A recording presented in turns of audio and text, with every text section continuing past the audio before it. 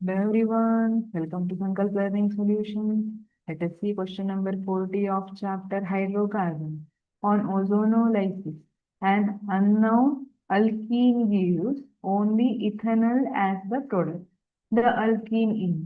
ಹಾಗಿದ್ರೆ ನಾವಿಲ್ಲಿ ಅಲ್ಕೀನ್ ಯಾವ ಅಲ್ಕೀನ್ ನಮಗೆ ಇಥೆನಲ್ ಪ್ರಾಡಕ್ಟ್ ಅನ್ನ ಮಾತ್ರ ಕೊಡುತ್ತೆ, ಬೇರೆ ಯಾವ ಪ್ರಾಡಕ್ಟ್ ಅನ್ನು ಕೊಡಬಾರ್ದು. ಯಾವುದು ಅದು ಅನ್ನೋದನ್ನ ನೋಡ್ಬೇಕು. Fine. ಓಝೋನೋಲೈಸಿಸ್ reaction. Double bond present in the compound breaks and ozonolysis converts that compound to carbonyl compounds. Carbonyl compound ಆಗಿ ಕನ್ವರ್ಟ್ ಮಾಡುತ್ತೆ ಡಬಲ್ ಬಾಂಡ್ ಅನ್ನ ಬ್ರೇಕ್ ಮಾಡಿ. ಸೊ ನಮ್ಗಿಲ್ಲಿ ಇಥೆನಲ್ ಬೇಕು ಅಂದ್ರೆ, ಇಥೆನಲ್ ಅಷ್ಟೇ ಬೇಕು ಅಂದ್ರೆ ನಮ್ಗೆ ಡಬಲ್ ಬಾಂಡ್ ಎರಡೂ ಕಡೆ ಐಡೆಂಟಿಕಲ್ ಇರಬೇಕು ಅಲ್ವಾ. ಕಾರ್ಬನ್ ಆಟಮ್ಸ್ ಏನಿದೆ ಐಡೆಂಟಿಕಲ್ ಇದ್ರೆ ನಮ್ಗೆ ಅವಾಗ ಇಥೆನಲ್ ಸಿಗತ್ತೆ. ಸರಿ, ಈಗ ಹಾಗಿದ್ರೆ ಈಥೀನ್ ನೋಡೋಣ. Ethene means CH2 double bond CH2. ಈಗ ಇಲ್ಲಿ ಬ್ರೇಕ್ ಆಯ್ತು, ಓಝೋನೋಲೈಸಿಸ್ ಇಂದ ಬಾಂಡ್ಸ್ ಬ್ರೇಕ್ ಆಯ್ತು. ನನಗೆ ಕಾರ್ಬೋನಿಲ್ ಕಂಪೌಂಡ್ ಯಾವ್ದು ಸಿಗುತ್ತೆ? ಇಲ್ಲಿ CH4, 2 molecules of methanol.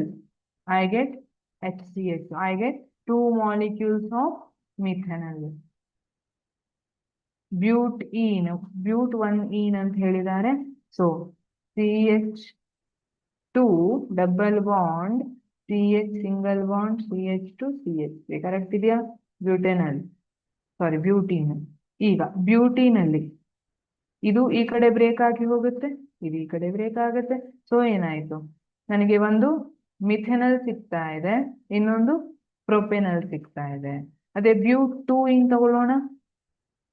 CH3 CH double bond CH CH3.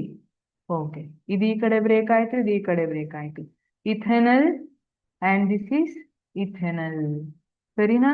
ಹಾಗಿದ್ರೆ 2 molecules of ethanol. In this case, I am getting only ethanol as the product. So option C is correct. Option D, propene. CH2 double bond CH CH3.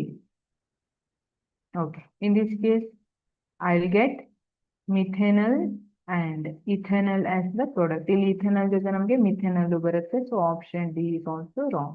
The correct option is option C, but 2E. Thank you.